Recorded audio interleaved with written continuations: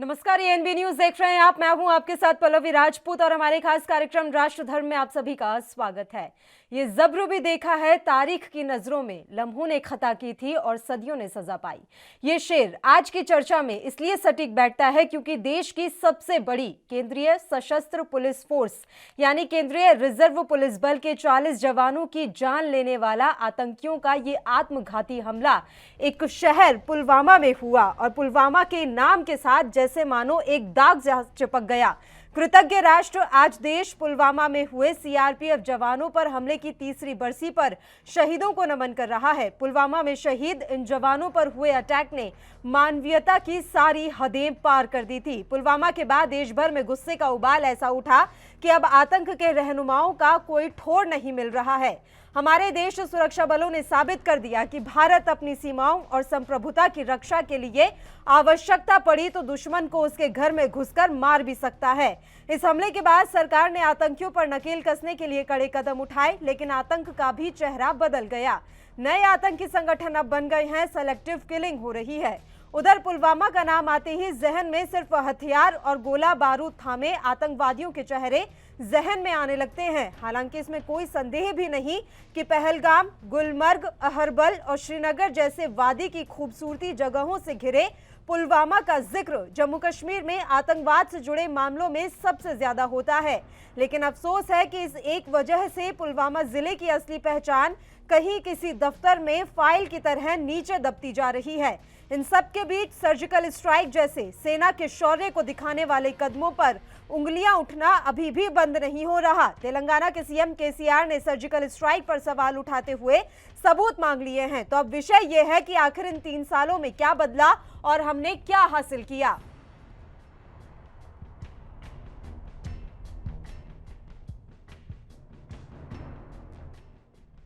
उनकी याद में, उन 40 जवानों की याद में जिन्होंने अपनी जान यहाँ पे गंवाई थी पुलवामा में, उन वीर जवानों के याद में, उनके सेक्रीफाइस जो उनका त्याग था उसको याद करके हम यहाँ एकत्रित होते हैं और उनको अपनी दिल से श्रद्धांजलि अर्पित करते हैं।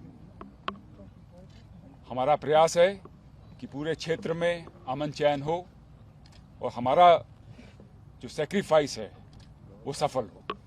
Did not have the guts and wherewithal to do anything across the line of control, either in Kashmir Valley or even in the Rajouri-Poonch sector. So that is what I can assure you. Pakistan Army की हिम्मत नहीं थी कि एक कदम भी line of control के पार रख सकते. And this exists even today. And this will continue to be the situation on the line of control. And can we say our preparedness and stance at the LOC that they can't dare to take such a step, sir?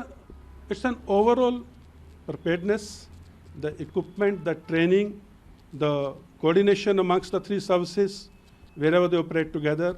Here in Kashmir Valley, the coordination between the Air Force and the Army and other agencies in the hinterland which are responsible for the area security. It's an overall thing which happens.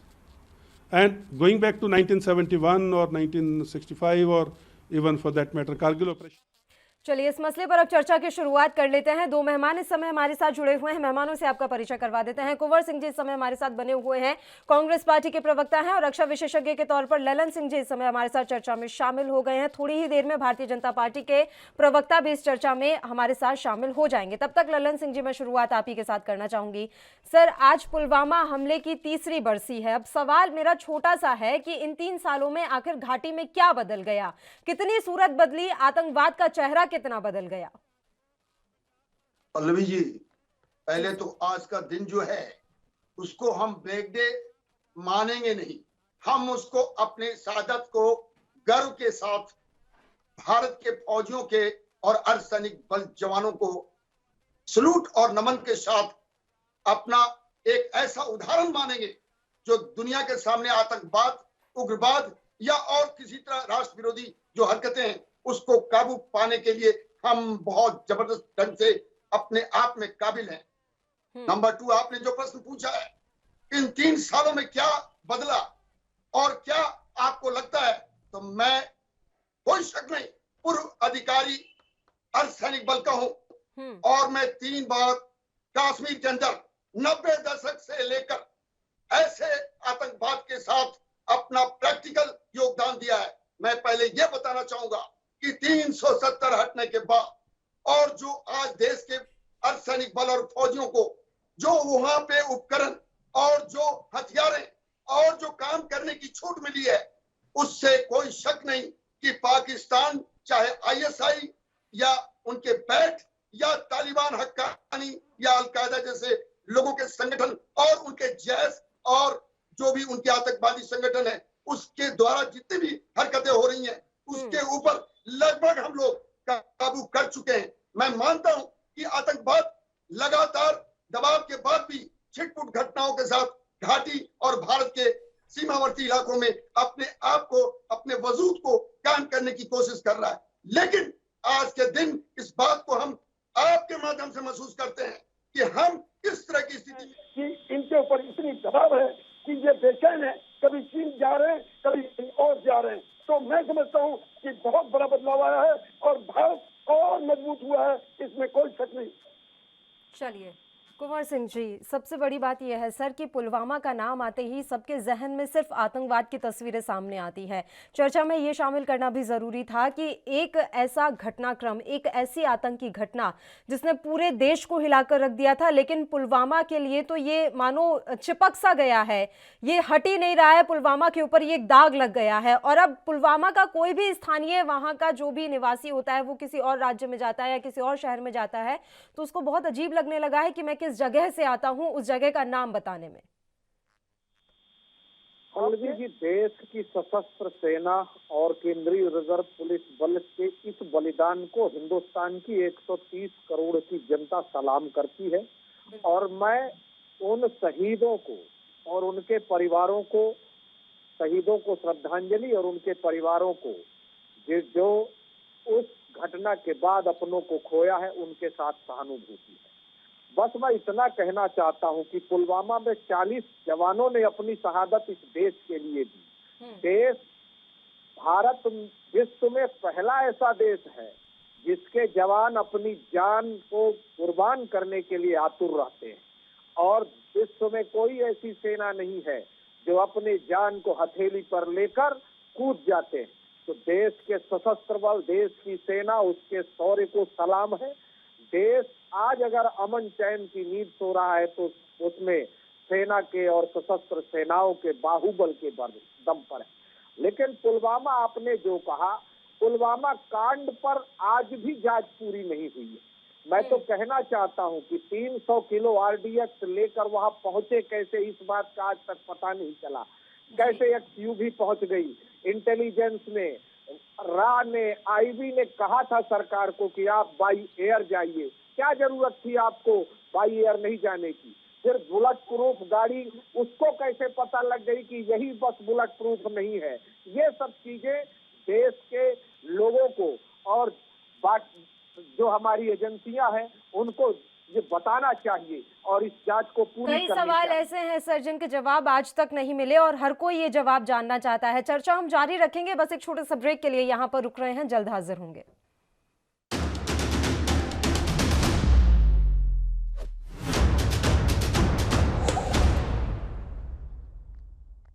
Break के बाद एक बार फिर से आप सभी का स्वागत है। अवधेश उपाध्याय जी भी इस समय हमारे साथ चर्चा में शामिल हो गए हैं, भारतीय जनता पार्टी के प्रवक्ता हैं। अवधेश जी, स्वागत है आपका एएनबी न्यूज पर। सर, पुलवामा हमले की तीसरी बरसी है। आज हमारा बहस का विषय ये है कि इन 3 सालों में क्या बदला, घाटी की तस्वीर कितनी बदल गई, पुलवामा के नाम पर जो ये कांड एक तरीके से इतिहास में दर्ज हो गया है, क्या ये दाग कभी धुल पाएगा? कई सवाल ऐसे हैं जिनके जवाब आज तक नहीं मिले। कुंवर सिंह जी ने भी वो कई सवाल दोहराए हैं और इन सब के बीच अब नया टॉपिक ये निकल आया है कि तेलंगाना के सीएम केसीआर भी सर्जिकल स्ट्राइक पर सवाल कर रहे हैं और सबूत मांग रहे हैं कि सबूत चाहिए उन्हें। जी पल्लवी जी, सबसे पहले तो मैं उन शहीदों को, उन जवानों को श्रद्धांजलि देता हूं जो पुलवामा अटैक में, कायराना जो हमला हुआ था, आतंकी हमला हुआ था, उसमें शहीद हुए। और ये देश का हर एक नागरिक उनके इस बलिदान को, उनके परिवार को, उनके बलिदान को हमेशा याद रखेगा और सदैव ऋणी रहेगा। बात रही आपकी जो कि कितना बदला है, यदि आप देखें तब से अब तक सुरक्षा के मामले में हमारा देश इस समय सबसे आगे है। और लेकिन दुर्भाग्य इस बात का है कि हमारे देश में ही कुछ लोग ऐसे बैठे हैं जो कि देश विरोधी ताकतों के साथ मिलकर देश को तोड़ने की बात करते हैं, देश को नीचे दिखाने की कोशिश करते हैं, विदेशों में जाकर देश को गालियां देते हैं, देश की सभ्यता का अपमान करते हैं। उनके लिए क्या कहेंगे? कुमार सिंह जी बैठे हमारे यहाँ पर, हमारे देश के वो तेलंगाना के जो मुख्यमंत्री जी हैं वो सवाल खड़ा करते हैं, और जो पार्टियां और जो दल हैं वो भी सेना पर सवाल खड़ा करते हैं। जबकि देखिए आप पुलवामा की जो स्ट्राइक हुई थी, कब ने देखा? हेलो, आवाज आ रही है, बताइए अवधेश जी। देखिए वो स्ट्राइक हुई तो सबने देखा, और इस बात को जो पाकिस्तान का जो एक मंत्री था उसने पूरी सभा में कहा था कि वो अटैक हमने करवाया था। तब भी हमारे देश में कुछ ऐसे घुन बैठे हैं जिन्हें घुनने की आदत पड़ी हुई है देश को, वो सवाल पर सवाल खड़ा करते हैं। जबकि एनआईए ने अपनी जांच में कहा कि इसमें जो जैसे मोहम्मद जैसे आतंकी संगठन का हाथ था, मसूद अजहर जो है वो मुख्य आरोपी था, उसने पाकिस्तान की एजेंसियों के साथ मिलकर पुलवामा में जो हमले को अंजाम दिया। पाकिस्तान के लोग ये कहते हैं कि हाँ हमने करवाया, लेकिन हमारे देश में बैठे हुए जो कुछ घुन है, जिन्हें घुनने की आदत है, उनको सबूत चाहिए। सर, तो इन 3 सालों में जांच कहां पहुंची? और जो कुंवर सिंह जी ने सवाल उठाए वो सर्जिकल स्ट्राइक पर नहीं उठाए, उन्होंने उस घटना से जुड़े कई सवाल उठाए हैं जिनका जवाब जानना हर किसी का हक है। सवाल खड़ा कर रहे हैं स्ट्राइक पर, तो स्ट्राइक का हमें सबूत चाहिए। और ये वही लोग हैं जो सेना को कहते हैं कि गुंडा है, और आतंकी को कहते हैं भटका हुआ नौजवान। वही लोग स्ट्राइक पर सवाल खड़ा कर रहे हैं, स्ट्राइक के सबूत तो। ललन सिंह जी, जब भी हम सुरक्षा के मसले पर बातचीत करते हैं तो इसमें राजनीति का आना एक तरीके से स्वाभाविक हो जाता है। क्या वाकई में एक राजनीतिक फायदा उठाने की कोशिश स्ट्राइक को लेकर हमेशा से की जाती रही है? मैं आपको एक चीज पहले बता दूं, टेक्निकली मैं इसको क्लियर करता हूँ। ये जो गाड़ियां श्रीनगर से जम्मू हाईवे पे जा रही थी, वो 73 गाड़ियों का काफिला था। और मैं आपको एक्चुअली प्रैक्टिकल चीज बता देता हूं।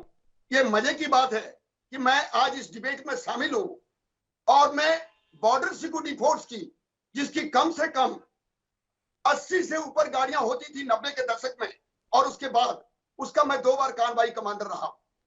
कार्रवाई कमांडर एक वो हस्ती होता है जो जम्मू से श्रीनगर और श्रीनगर से जम्मू एक दिन अल्टरनेटिव करके उसके पूरे साजो सामान और उनके जवानों को वो अपने गंतव्य स्थान तक पहुंचाता है।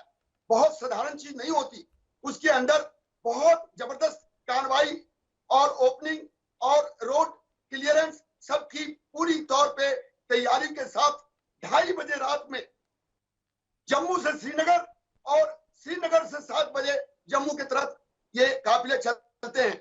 उसमें सेना, उसके बाद बीएसएफ और उसके बाद सीआरपीएफ और आर्मड फोर्सेस की होती हैं। मैं आपको ये भी बताना चाहता हूं, कई बार ऐसे मौके होते हैं जो हालात को इंफॉर्मेशन के ऊपर उनको बोला जाता है कि इनको प्लेन से, डकोटा से इनको घाटी के अंदर पहुंचाया जाए, लेकिन इतनी बड़ी नफरी को जो डेली कभी छुट्टी के लिए, किसी ऑपरेशन कारण के लिए और कभी यूनिट के मूवमेंट के लिए उनको प्लेनों से पहुंचाना असंभव है, मैं आपको बताता हूं। और जो आदिल डार जिसने अपने एसयूवी गाड़ी को काफिले के बीच में टक्कर मारा था, वो 300 नहीं 352 केजी का आरडीएक्स था। लेकिन इस चीज को मान लीजिए, वो आरडीएक्स किसी हिंदुस्तानी सरकार और कोई हिंदुस्तान का नागरिक उसको मुहैया नहीं कराया था।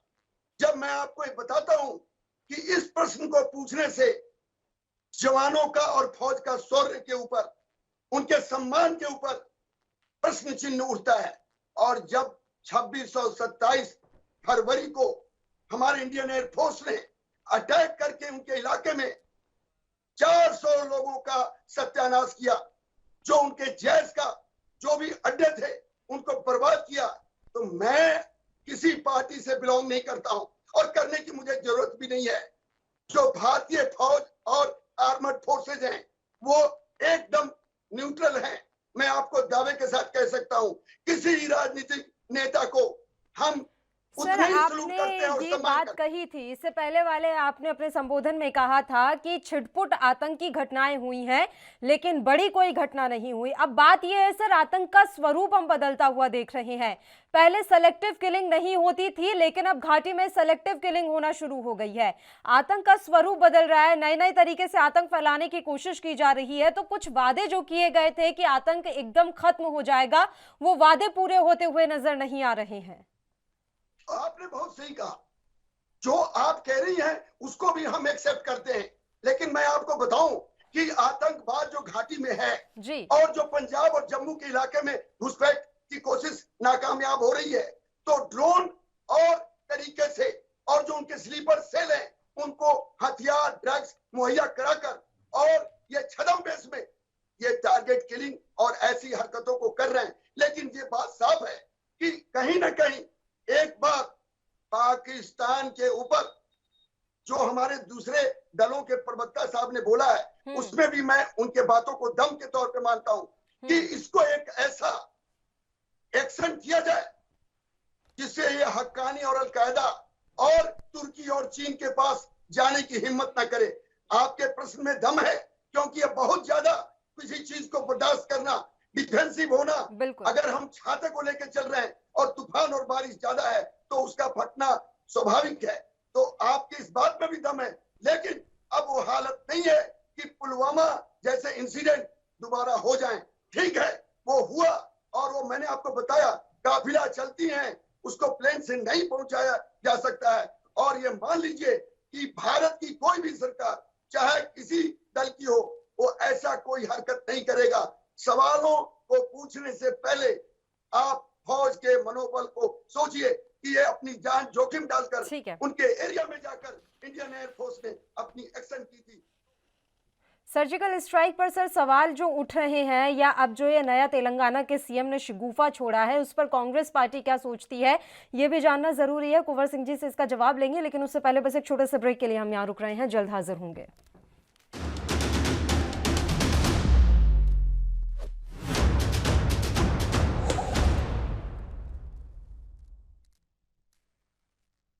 ब्रेक के बाद एक बार फिर से आप सभी का स्वागत है। कुंवर सिंह जी, आप ही के बयानों का हवाला देते हुए तेलंगाना के मुख्यमंत्री कह रहे हैं कि मैं कांग्रेस पार्टी का समर्थन करता हूं जिन्होंने सर्जिकल स्ट्राइक पर सबूत मांगे, क्योंकि मैं भी सबूत चाहता हूं।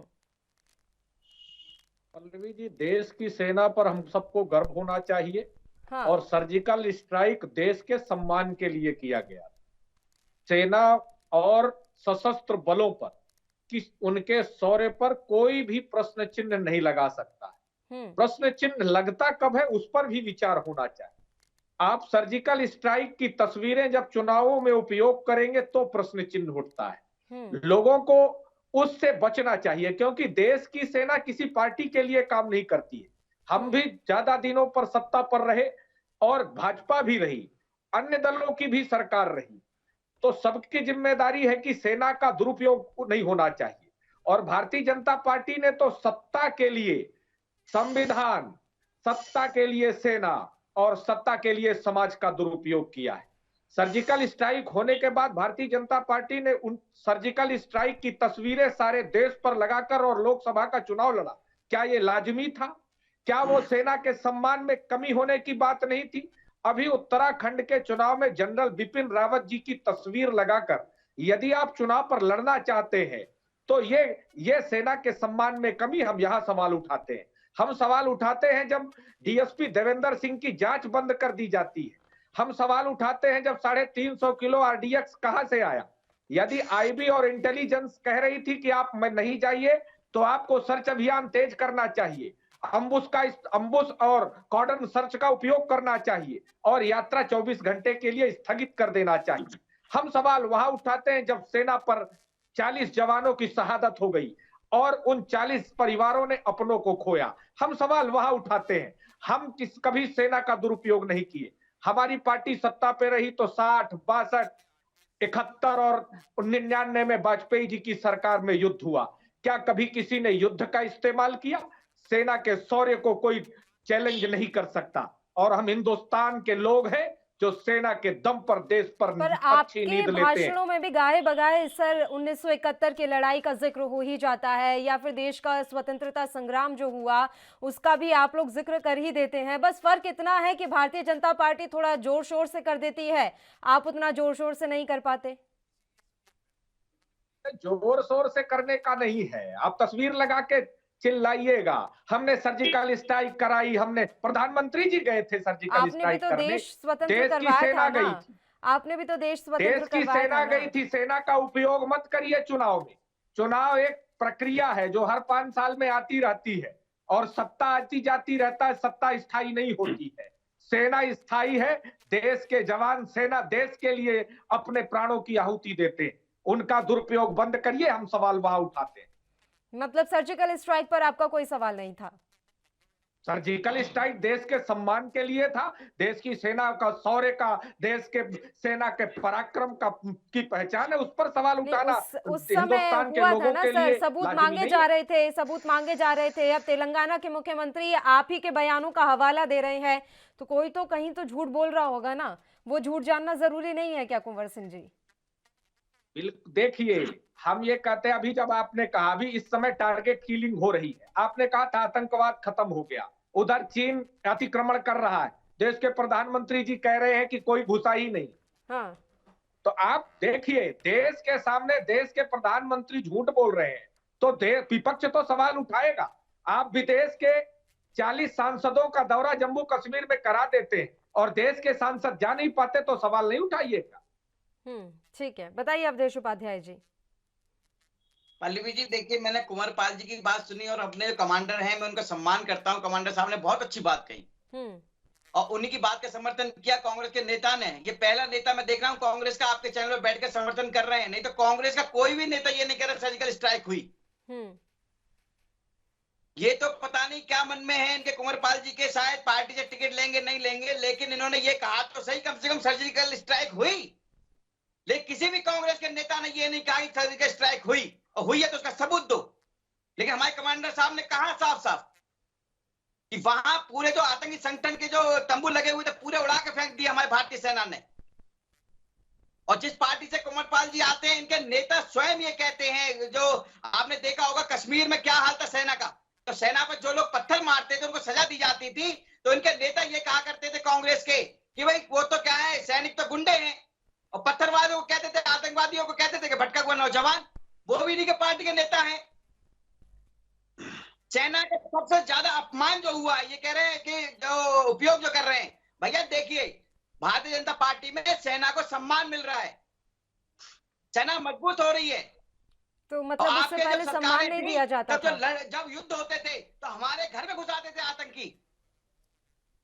आज जो है किसी की हिम्मत नहीं है देश की तरफ आंख उठाने की, घर में घुस के मारा जाता है। जो भारत की एकता, अखंडता, संप्रभुता को खंडित करने की कोशिश करेगा, उसकी आंखें निकाल ली जाएंगी। सर, अभी कुछ ज्यादा दिन नहीं बीते हैं, आप हाल फिलहाल की घटनाएं देखेंगे, घाटी में घर में घुसकर ही आतंकवादियों ने हत्याएं की हैं इस बार तो, और आपके ही कई बीजेपी का एक कार्यकर्ता मारे गए उसमें, बीजेपी पार्टी से जो संबंधित थे। ये बात मानता हूं, ये मैं मान रहा हूं, लेकिन देखिए, अगर आप देखिए आंकड़े उठा के पहले से जो कांग्रेस के समय में होता था, सेना के पास आप देखिए वो आंकड़े उठाकर, आप देखिए वो आंकड़े उठाकर, सर उल्टा बोल गए आप। आपके समय में जो सैनिकों के शहीद होने की संख्या ज्यादा है, आप ये देखिए आंकड़े उठाकर सर, ऑफिशियल डेटा है ये उपाध्याय जी, ऑफिशियल डेटा है ये, और हमने नहीं बनाया वो डेटा, केंद्रीय गृह मंत्रालय का ये डेटा है सर। यूपीए के टाइम पर शहीदों की संख्या कम थी, वो आपके टाइम पर ज्यादा है। भाई देखिए, मैं वही तो बता रहा हूँ ना, पहले जब और जो सरकारें थी, कांग्रेस की सरकार थी, पहले हमारे घर में घुसाते थे, हम पीछे हट जाते थे, सेना पीछे हटती थी। अब सेना आगे बढ़कर मारती है। अब सेना पर किसी कमी थोड़ी नहीं है। पहले बुलेट प्रूफ जो जैकेटें होती थी उनमें भी घोटाला हुआ करता था। हाँ। अब तो नहीं है। ये तो कुछ सैनिक कमांडर साहब बैठे हैं, देखिए, ये तो इस बात का समर्थन कर रहे थे अभी। कमांडर साहब तो अपना बता रहे थे, मैं उनकी बातों को डिसएग्री नहीं कर रही हूँ, लेकिन जो सवाल हैं वो तो पूछे जाएंगे ना। और कुछ सवाल अभी कुंवर सिंह जी ने भी पूछे थे, आपने उनका भी जवाब नहीं दिया कि वो आरडीएक्स कहाँ से आया, डीएसपी देविंदर सिंह पर जांच बंद क्यों कर दी गई। उसके अलावा मैंने पूछा था कि सर 3 सालों में जांच कहाँ पहुंची। इन सवालों का जायज जवाब कुछ तो बनता होगा ना सर। बिल्कुल बनता है। देखिए, मैंने सवाल का जवाब दिया आपका। जो जांच एनआईए ने जो जांच की, जो 3,500 पेज की जो रिपोर्ट सौंपी है, हाँ। उसमें सब कुछ था। उसमें दिखाया गया कि आधे लोग जो है गिरफ्तार किए गए, आधे मारे गए। डीएसपी इसमें साफ देविंदर साफ सिंह लिखा हुआ है। डीएसपी देविंदर सिंह को लेकर क्या जानकारी है? इसके अलावा वो आरडीएक्स कहां से आया, इस पर जांच कहां तक पहुंची, वो एंट्री कैसे हुई, और ये जो तमाम सवाल कुंवर सिंह जी भी पूछ रहे हैं, मैं भी पूछ रही हूँ, इन पर कुछ तो अपडेट मिला होगा ना उपाध्याय जी। देखिए, वही मैं कह रहा हूँ, अपडेट एनआईए की जो रिपोर्ट आई है 13,500 मैंने नहीं पढ़ी सर वो रिपोर्ट। लिखा हुआ है, आप ये समझ लीजिए मैंने वो रिपोर्ट नहीं पढ़ी, मुझे आपसे जानकारी चाहिए। तो वही मैं कह रहा हूँ ना, जानकारी से लीजिए। ये तो कहते हैं सेना को गुंडा बताते हैं, इन्हें मतलब अधिकार है। सेना को गुंडा बोलो, माफिया बोलो, कुछ नहीं बोलो। कहा, कब, किसने इन्हें दिया ये अधिकार, आजादी है किसने तो दिया कैसे अधिकार? हो? क्या कुंवर सिंह जी ने? आप ये बताइए, सुनिए, आप जब से चर्चा में शामिल हुए हैं तब से कुंवर सिंह जी ने कुछ भी कहा सेना के बारे में? आप जब से इस शो में, इस चर्चा में शामिल हुए हैं तब से किसी ने कुछ भी कहा सेना के बारे में गलत? सर, अगर इस शो में बैठकर कुंवर सिंह जी कुछ गलत कहते हैं तो उसकी जिम्मेदारी मेरी है और मैं उन्हें चुप कराऊंगी, लेकिन वो कुछ बोल ही नहीं रहे हैं। गलत सलत की तो बात ही नहीं हो रही पल्लवी जी। मैं आपसे कोई सवाल पूछ रही हूँ, आप घुमा फिरा के कांग्रेस पर आ रहे हैं। यहाँ पर चर्चा जारी रखेंगे, एक छोटे से ब्रेक के लिए पहले यहाँ रुक रहे हैं, जल्द हाजिर होंगे।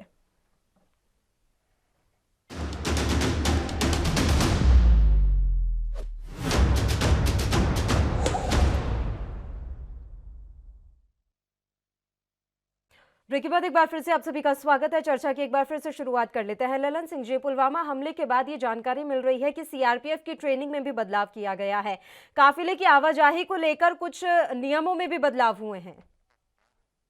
पल्लवी जी, आपने तो बहुत अच्छी बात बताई। रिसर्च एंड डेवलपमेंट जी सभी ऑर्गेनाइजेशनों में निहायत जरूरी है होना।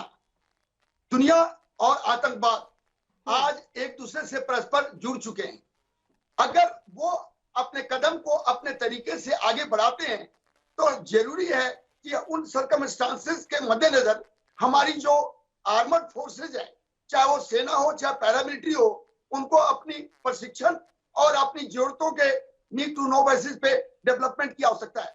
ये हमेशा होता है। मैं आपको पहले ये बता दूं कि जब घाटी की स्थिति बहुत खराब थी तो सबसे पहले सीमा सुरक्षा बल उस पूरे इलाके को लॉ एंड ऑर्डर और आतंकवाद के खिलाफ उसमें डिप्लॉयड थी। बाद में 90 के दशक के बाद सीमाओं को मद्देनजर सीआरपीएफ, जो कि हिंदुस्तान की नहीं दुनिया की पुरानी पैरामिलिट्री फोर्सेज है, उसको इस्तेमाल करना शुरू किया गया। एक चीज मानने की बात है कि जब आपने बताया कि कानवाई में जो उनके फेरो बदल हुए हैं जी, वो ऐसे हैं कि पहले भी रोड ओपनिंग होता था, उनके अपने अपने प्रोटेक्शन रियर, फ्रंट और मिडिल में होते थे, लेकिन अब उनको हेलीकॉप्टर से और आसमानी सुरक्षा भी दी जाती है। मैं आपको बताता हूं कि जब तक पूरी कानवाई 40 किलोमीटर आगे जाती है जी, तब तक उस इलाके को पूरी तौर पे जो कानवाई प्रोटेक्शन और रोड ओपनिंग और उस एरिया को आधा किलोमीटर दोनों साइड में पूरी तौर पे क्लियरेंस कर दी जाती है। लेकिन जो उस दिन हुआ वो, उसमें कोई शक नहीं कि चाहे वो इंटेलिजेंस ब्यूरो या मिलिट्री इंटेलिजेंस या उनकी सीआरपीएफ की जो इंटेलिजेंस ग्रुप थी, वहीं कहीं ना कहीं चूक हो गई। आप हर बार जब ये बातें हो रही हैं कि आरडीएक्स कहां से आया, तो मैं आपको इस बात को भी बताना चाहूंगा कि सीमावर्ती इलाके से ही आरडीएक्स आने की 90% संभावना होती है। आज आप देखिए, वर्तमान में पुलवामा के बाद ही मान लीजिए पूरी जो एलएसी और एलओसी और नेपाल बॉर्डर और बांग्लादेश बॉर्डर, इसको इतनी चौकस कर दी गई है कि वहां घुसपैठ होना थोड़ा असंभव ही नहीं, बहुत बड़ा उनको समस्या है। लेकिन अब ये देखा जा रहा है कि इसी तरह की आइटम्स ड्रोन के द्वारा, खास करके जम्मू और पंजाब में, और सुरंगों के द्वारा कोशिश की जा रही है। जब ये थोड़े थोड़े मात्रा में इकट्ठे हो जाते हैं तो ये अपने स्लीपर सेल के द्वारा इस तरह की जो वारदातें हैं उसको अंजाम देते हैं। तो हम भी इस बात को जानते हैं, हमारी सिक्योरिटी एजेंसी जानती है, तो इसके ऊपर रोक लगाने के लिए हमें पता है कि कार्रवाइयां बहुत तगड़ी हो रही हैं। लेकिन अगर पुलवामा हो चुका है और उसमें यह माना गया है कि एनआईए द्वारा कि जैसे मोहम्मद का जो अजहर है वो मास्टरमाइंड था और इस चीज को पूरी तौर पे पाकिस्तान को भी रिपोर्ट दी गई है, तो हम मान के चलते हैं कि आने वाले दिन में घाटी में टारगेट किलिंग हो सकता है, छोटे मोटे घटनाएं हो सकती हैं, लेकिन अब ये 30 साल के अंदर जो सबसे बड़ी वारदात पुलवामा में हुई थी, ऐसा इंसिडेंट नहीं होगा, ये मैं उम्मीद करता हूं। लेकिन सिक्योरिटी स्टार्ट फ्रॉम डाउन, सुरक्षा की शुरुआत शक से होती है। आपका भी बोलना सही है और कांग्रेस प्रवक्ता का भी, लेकिन मेरा एक सवाल है, केसीआर तेलंगाना का चीफ मिनिस्टर हो सकते हैं, उनको याद है कर्नल बाबू, उन्हीं के स्टेट का रहने वाला ऑफिसर, बिहार रेजिमेंट का यूनिट कमांडर, उसके मैडम को, उसकी सम्मान को उन्होंने कितना ख्याल किया था। और आज जब आप इस तरह की स्टेटमेंट देते हैं तो आज ही क्यों देते हैं? राजनीतिक चाहे बीजेपी हो कांग्रेस हो, सवाल ही नहीं है कि आज के दिन इस तरह का वक्तव्य दिया जाए। आपको बात करने का एक दौर और समय होना चाहिए।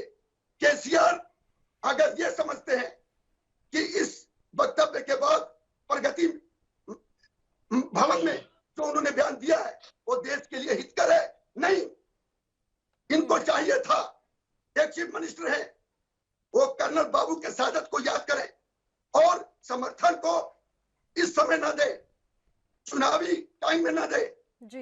हिजाब प्लस गजवा और प्लस बुलडोजर, ये सभी चीजें हमारी देश को अहित कर रही हैं, इसमें कोई शक नहीं है। कुंवर सिंह जी, एक सवाल मेरा ये था कि ये तो आप भी मानेंगे ना कि रक्षा के क्षेत्र में जो बजट बढ़ा वो एनडीए के कार्यकाल में बढ़ा, और क्या कांग्रेस पार्टी को रह रहकर इस बात की टीस उठती है कि लोकसभा चुनावों से ठीक पहले इस तरह का हमला होता है, उसके बाद फिर उसका बदला लेने के लिए और सेना का सम्मान बढ़ाने के लिए सर्जिकल स्ट्राइक जैसे महत्वपूर्ण कदम उठाए जाते हैं और उसका फायदा सीधे सीधे बीजेपी को मिल जाता है, क्योंकि उस समय एंटी इनकम्बेंसी थी, ये हम भी जानते हैं। लेकिन इस स्ट्राइक के बाद ये सारे जो वोट थे वो बीजेपी के खाते में चले गए। क्या इस बात की टीस आप लोगों को रह रहकर उठती है?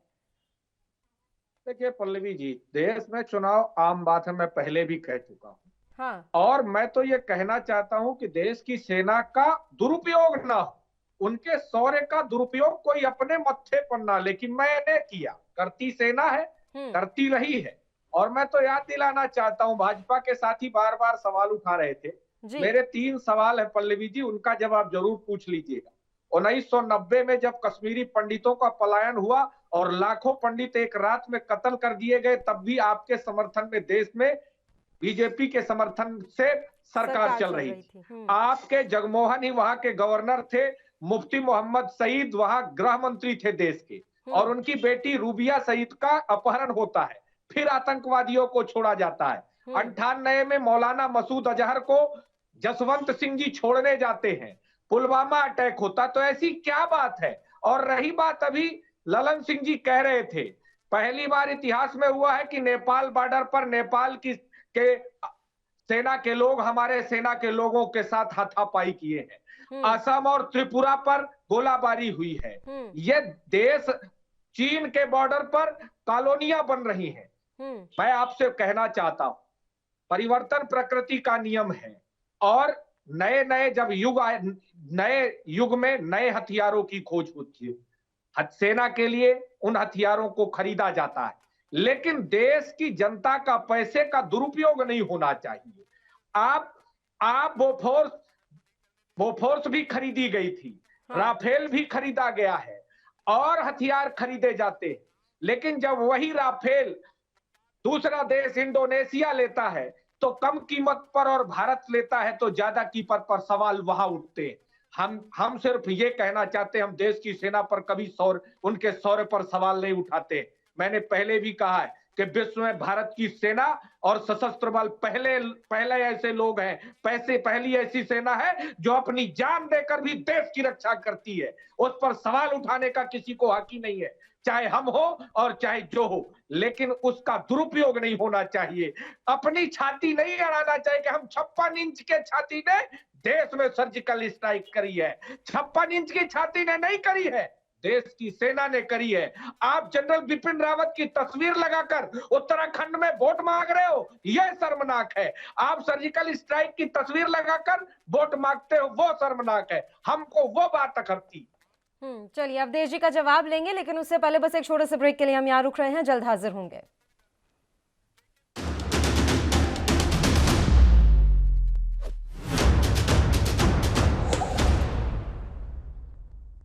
ब्रेक के बाद एक बार फिर से आप सभी का स्वागत है। राष्ट्रधर्म में आज पुलवामा बरसी के बारे में चर्चा हो रही है। दरअसल पुलवामा हमले को 3 साल बीत चुके हैं और अब हम यही जानने की कोशिश कर रहे हैं कि इन 3 सालों में घाटी में क्या बदला, आतंक का स्वरूप कितना बदला, आतंकी घटनाओं में कितनी कमी आई और जो रह रहकर सवाल उठते हैं सर्जिकल स्ट्राइक पर, इन सवालों में कितना दम है। इन्हीं तमाम चर्चाओं के साथ मेहमान लगातार हमारे साथ बने हुए हैं। अवधेश उपाध्याय जी का हम रुख कर लेते हैं। अवधेश जी, कुंवर सिंह ने कई सवाल पूछे हैं, मैं चाहूंगी कि कुंवर सिंह जी के सवालों का आप जवाब दें।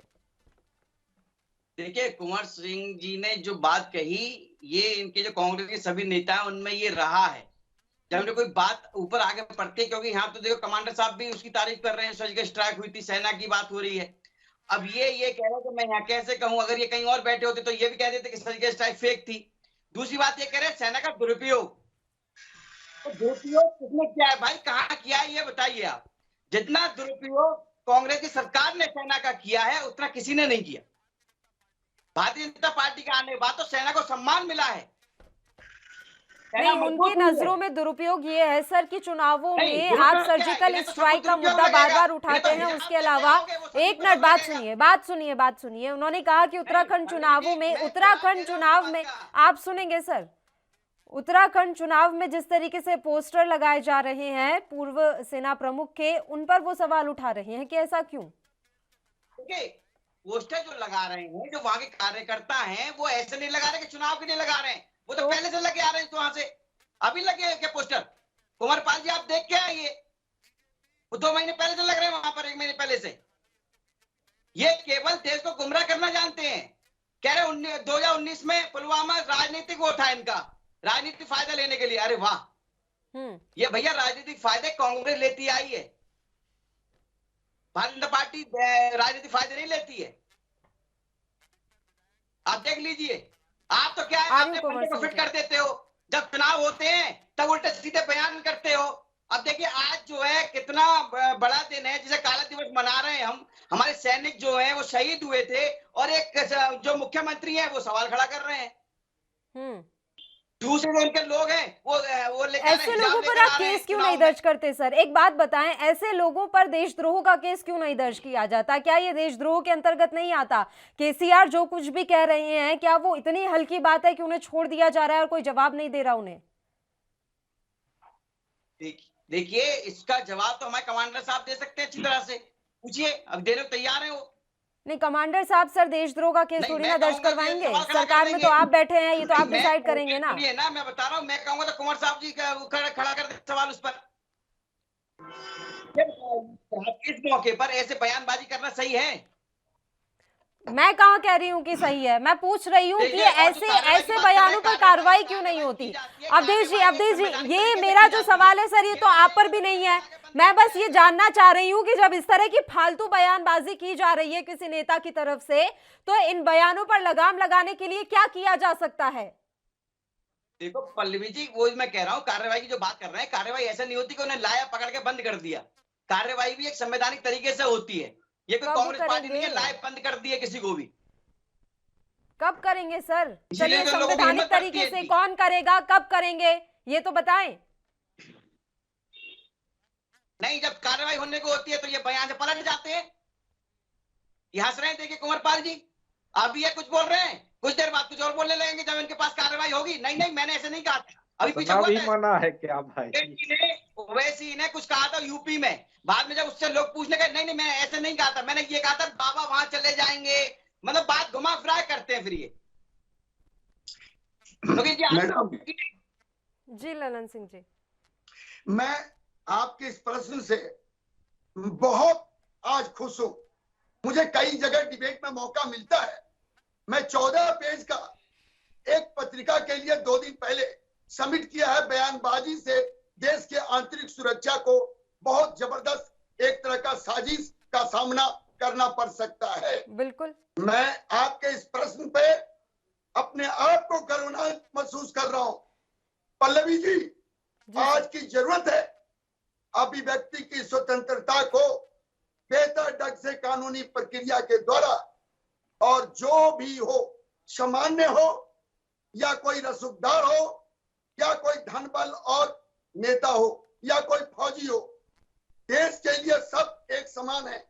अपने अपने क्षेत्रों में उनकी महानता है, चाहे मीडिया हो, नेता हो, फौजी हो, एडवोकेट हो, लेकिन किसी को हक नहीं बनता कि आप चुनाव के मौके पे एक ऐसा सुरक्षा से वक्तव्य दे दें कि देश का नहीं, माहौल अभिव्यक्ति खराब हो की जाए। स्वतंत्रता का मतलब ये बिल्कुल नहीं होता है कि आप कुछ भी बकवास करेंगे या किसी भी तरह का कोई बयान देंगे, और इस तरह की स्वतंत्रता पर तो लगाम लगाई भी जानी चाहिए। लेकिन वही बात है ना सर, मैं बार बार पूछ रही हूँ, लगाम लगाएगा कौन, ये कार्रवाई करेगा कौन, और संवैधानिक तरीके से होनी है तो वो कौन सा तरीका है और वो तरीका अपनाया कब जाएगा, उसका जवाब नहीं मिलता तो बड़ा दुख होता है। चर्चा जारी रखेंगे, एक छोटे से ब्रेक के लिए यहाँ रुक रहे हैं।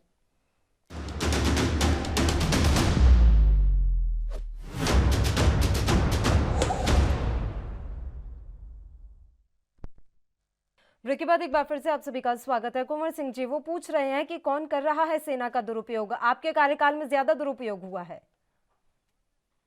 देखिए पल्लवी जी, मैं अभी जो हमारे ललन सिंह जी ने कहा, एक बात मैं स्पष्ट कहना चाहता हूँ, देश चलता है संविधान से, और जो संविधान के विपरीत काम करे, सरकार पे जो रहता उसकी जिम्मेदारी है कि उसके खिलाफ मुकदमा कायम करे।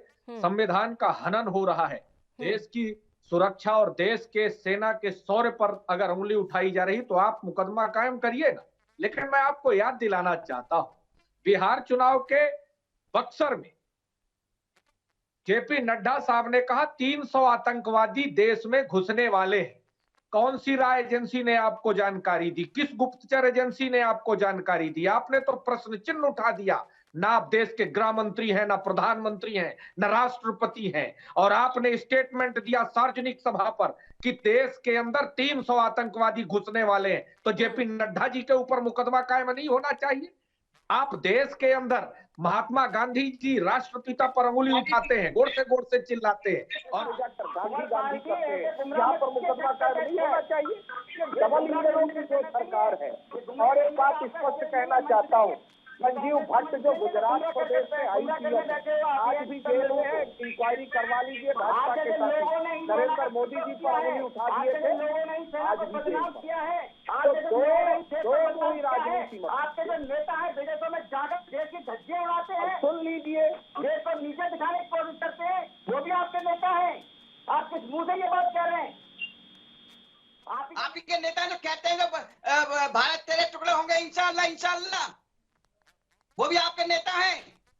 पूरा देश जानता है इस बात को, और आप यहाँ बैठकर व्याख्यान कर रहे हैं।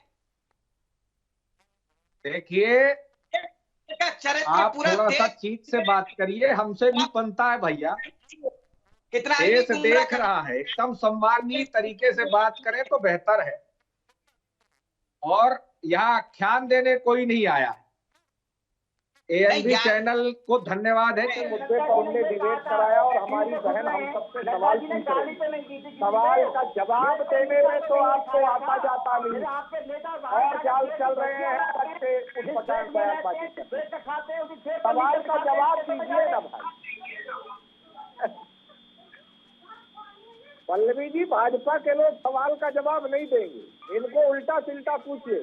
अब देश में बेरोजगारी, महंगाई, इस पर जवाब पूछिए ना इनसे, ये नहीं देंगे। बहुत चाहिए बस एक ही बात। वहाँ तो सारे रोजगारी हो गए, सारे रोजगार मिलके राजस्थान में और छत्तीसगढ़ में और महाराष्ट्र में। अरे तो देश में हमने थोड़ी कहा था 2 करोड़ 15 लाख दिला दो, चलो। अभी कल का 22,000 करोड़ का घोटाला हुआ, उस पर जवाब दोगे आप? है हिम्मत जवाब देने? कर लीजिए, कितना भी आपको कर लीजिए। फालतू का बात मत उलझाइए, वरना आप PM केयर फंड का जवाब देंगे आप 30% राशि का। चलिए ठीक है। ठीक है सर, ठीक है। इधर उधर नहीं भटकते हैं सर, वापस मुद्दे पर आ जाते हैं, इधर उधर नहीं भटकते हैं। महामारी का जनता प्यार करती है कुंवरपाल जी। मैं आपके सवाल जवाब करने नहीं आया हूँ, सवाल का जवाब देना हो तो दीजिए, नहीं प्यार करती है, दिल से प्यार करती है। और आपके जो नेता हैं युवराज, वो तो मुखौटा कुछ और रखते हैं, पीछे कुछ और हैं, सामने श्रद्धांजलि अर्पित अरे आप अपने प्रधानमंत्री को कहिए बोलना, झूठ बोलना बंद करेंगे। देश के प्रधानमंत्री साफ साफ झूठ बोलते हैं, कहते हैं मैं बच गया। क्या किसके ऊपर उंगली उठा रहे हो आप? देश के अंदर अगर इतना डरपोक प्रधानमंत्री है तो प्रधानमंत्री पद से इस्तीफा देना चाहिए। ऐसे देश के बड़े अलौकिक ज्ञानी जी और मन से शुद्ध विदेशी है, देश की महिलाओं के लिए बेटी पढ़ाओ बेटी पढ़ाओ शब्द का इस्तेमाल करते हैं आपके प्रधानमंत्री और बात करते हैं बड़ी बड़ी। बस एक मैडम, समय आपका भी कुछ कम नहीं होगा। ठीक है, बताइए ललन साहब। पल्लवी जी, मैं नेताओं से मेरा रिक्वेस्ट है, हाँ, आप लोग हमारे नेता हैं, आप ही लोग से देश को चलना है। बिल्कुल, मेरा एक रिक्वेस्ट सुना जाए।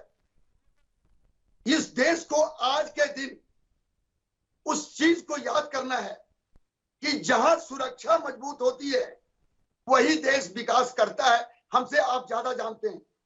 मैं इस बात को यकीन दिला सकता हूं कि जो पुलवामा में हुआ वो आगे नहीं हो, उसके लिए हमारे नेताओं को सुरक्षा के मामले में एक दूसरे के साथ परस्पर बातचीत और एक मत से इसके ऊपर निर्णय करने होंगे। महबूबा, मुझे फिर तेरे मोहब्बत का फसाना याद आया, छटकाए थे अश्क तूने वो जमाना याद आया। पल्लवी जी, हम फौजी हैं, हम उसको याद करते हैं कि जब हमारे 40 लोगों की शहादत हुई थी तो पूरा देश के खून को एक खोलने जैसी स्थिति हुई थी। हम नहीं चाहते कि दोबारा इस तरह का कोई वारदात हो, और इसके लिए हम सभी को आपके माध्यम से सजग, सतर्क और चौकस होना है। बिल्कुल। देखिए अवधेश उपाध्याय जी, एक दिन में 40 जवान शहीद हो या एक साल में 40 जवान शहीद हो, हमारे लिए बात बराबर है, क्योंकि एक एक जवान की जान हमारे लिए बहुत कीमती है। इन्हें सुरक्षित रखने के लिए धारा 370 हटाई गई थी सर। नोटबंदी जैसे भी बड़े फैसले लिए गए थे कि आतंकवाद की कमर टूट जाएगी। धरातल पर उतना असर नजर नहीं आया। अब आगे की क्या रणनीति आप लोग तय करके बैठे हुए हैं, उसको थोड़ा साझा कर दीजिए। मुझे मालूम है कि अंदर की कोई भी बातें इस तरीके से मीडिया चैनल्स पर बैठकर नहीं की जाती, लेकिन आश्वासन तो हम आप ही से लेंगे ना सर। देखिए, आश्वासन तो मैं बता रहा हूँ आपको, आश्वासन की बात कर रहे हैं कि पहले से अब अगर आप देखें तो काफी सुधार हुआ है। जो हमारी सुरक्षा जो एजेंसी हैं वो भी काफी एक्टिव रहती हैं अब, ठीक है। जैसे कि हमारे कमांडर साहब ने भी ये बात कही, आपने सुना होगा, कुंवर साहब ने भी सुना होगा, ये जो बैठे हुए हैं यहाँ पर। तो अब पहले से ज्यादा हमारी जो सुरक्षा एजेंसी है वो एक्टिव है। लेकिन कुछ लोग हमारे देश में अभी भी ऐसे हैं जो हमारी सुरक्षा एजेंसियों पर भी सवाल खड़ा करते हैं। उनका क्या इलाज है? जो लोग, उनको पता है कि इससे हमें, हमारे देश को खतरा है, लेकिन हमारे देश के कुछ चुनिंदा लोग उससे जाकर मिलते हैं, उनके बारे में तारीफ करते हैं। अच्छा, हमारे देश की बाहर जाकर, विदेशों में जाकर मतलब उल्टा सीधा कहते हैं, अपमानजनक बातें करते हैं देश के बारे में, उनका क्या कहोगे आप? देखिए, धीरे धीरे हर चीज में, कोई भी बीमारी होती है उसकी दवाई लेते हैं तो वो धीरे धीरे ठीक होती है। पहले आपने देखा होगा, आपको याद होगा शायद, पहले जब चुनाव होते थे तो कहीं ना कहीं ऐसी वारदात जरूर सामने आती थी। लेकिन 2014 से कितने चुनाव हो गए, कहीं कोई आतंकी हमला नहीं हुआ। क्योंकि देखो, देश सबको पता है, अब पूरे देश को क्या, पूरे विश्व को पता है। आप ये कहना चाहते हैं कि चुनावों में कोई आतंकी हमला नहीं हुआ? आप बताइए ना, पहले कितना हाल खराब होता सर, मैं बस क्लियर कर रही हूँ। मुझे लगा आप ये कहना चाहते हैं कि 2014 के बाद से कोई आतंकी हमला नहीं हुआ। तो ये बताइए कि चुनावों में नहीं हुआ या वैसे नहीं हुआ? चलिए सर, कोई तो खुश है ना, आप भी ऐसे करते हैं, कोई तो खुश है। आप ये सोचिए कि कांग्रेस पार्टी का कोई तो प्रवक्ता है आपको ऐसा मिला जो सच बोलने की हिम्मत रखता है और खुश भी रहता है। सम्मान करता हूं इनका, कम से कम इन्होंने सर्जिकल स्ट्राइक खड़ा नहीं किया। अच्छा ही बोला उन्होंने, सही बोला, सम्मान करता हूं। नहीं तो कांग्रेस का कोई भी नेता मुझे नहीं मिला डिबेट में जिसने ये नहीं कहा हो कि सर्जिकल स्ट्राइक फेक थी।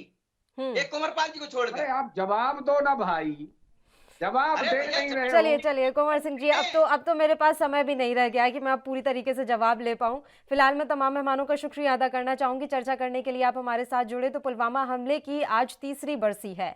अब सवाल ये था हमारा कि इन 3 सालों में क्या बदला। कुछ तस्वीरें साफ भी हुई हैं कि जिस तरह की स्थितियां पहले थी देश में अब वैसी नहीं रही हैं।